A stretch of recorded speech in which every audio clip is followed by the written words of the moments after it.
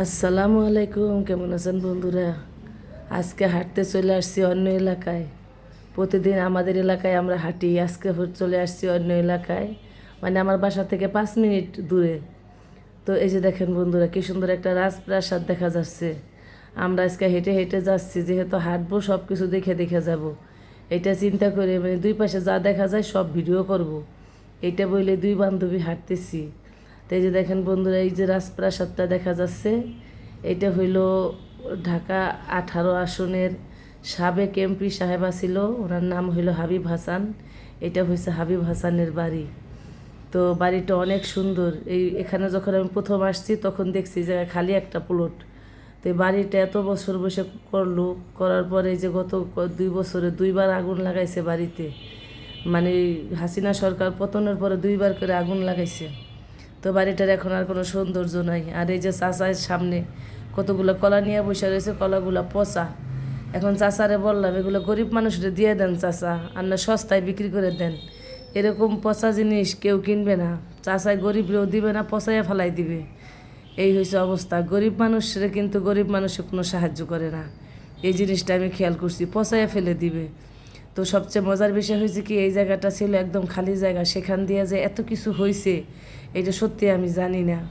আমার বাসা থেকে কিন্তু মাত্র 5 মিনিটের দূরত্ব, অথচ এখান দিয়ে নাকি ছোট্ট নিউ মার্কেট হয়ে গেছে।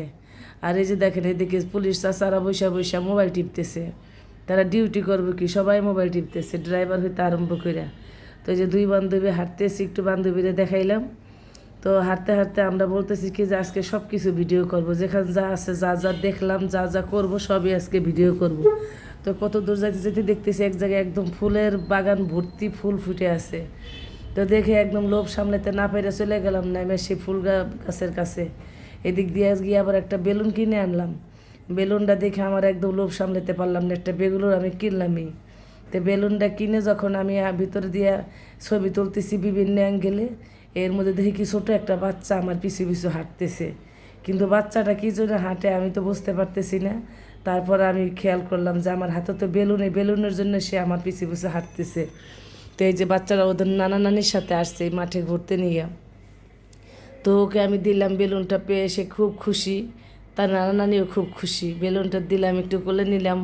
বাবুটা এত সুন্দর, মাশাল্লাহ খুবই সুন্দর বাচ্চাটা।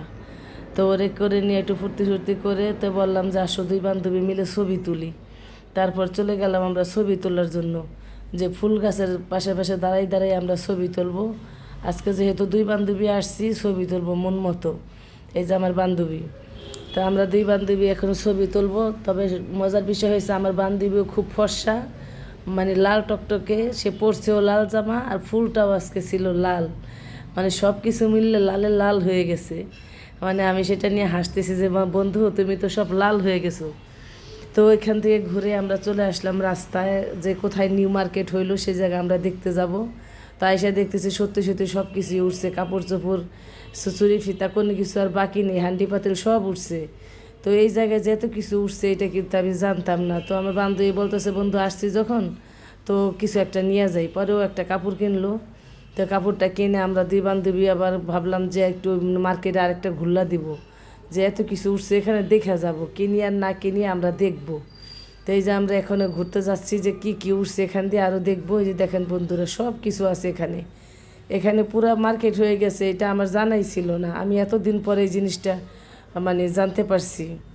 তো আমি দেখে আমার কাছে ভালো লাগছে, এখান দিয়ে আশেপাশের মানুষেরা টুকটাক কেনাকাটা করতে পারবে। পুরা মেন মার্কেটের মতো সব কিছু উঠছে, মানে কোনো কিছু আর বাকি নেই। তাই দেখতে দেখতে বন্ধুরা আমরা কিন্তু প্রায় শেষের দিকে চলে আসছি। তো আমি তো এই পাশে গিয়া দেখতেছি যে আবার মাটির হাঁড়ি পাতিলও আছে এখানে, জুতা স্যান্ডেল সব কিছু আছে। তো এই পাশে আবার এই যে দেখেন বন্ধুরা, গুপ্তধনের মতো এক কিনারে আছে হাঁড়ি পাতিল। তো হাঁড়ি পাতিলগুলো ভালো লাগলো, তবে আমি কিন্তু কিছু কিনি নেই বন্ধুরা। আজকে গেছি ওই জায়গাটা ঘুরতে, যে ঘুরে দেখবো যে কি কি আছে। আর সত্যি কথা বলতে কি, আমার যেখানে প্রয়োজন না হয় সেখানে আমি খুব কম যাই। আমার বাসার এত নিকটে এই জায়গাটা, অথচ আমার কখনো যাওয়াই হয়নি।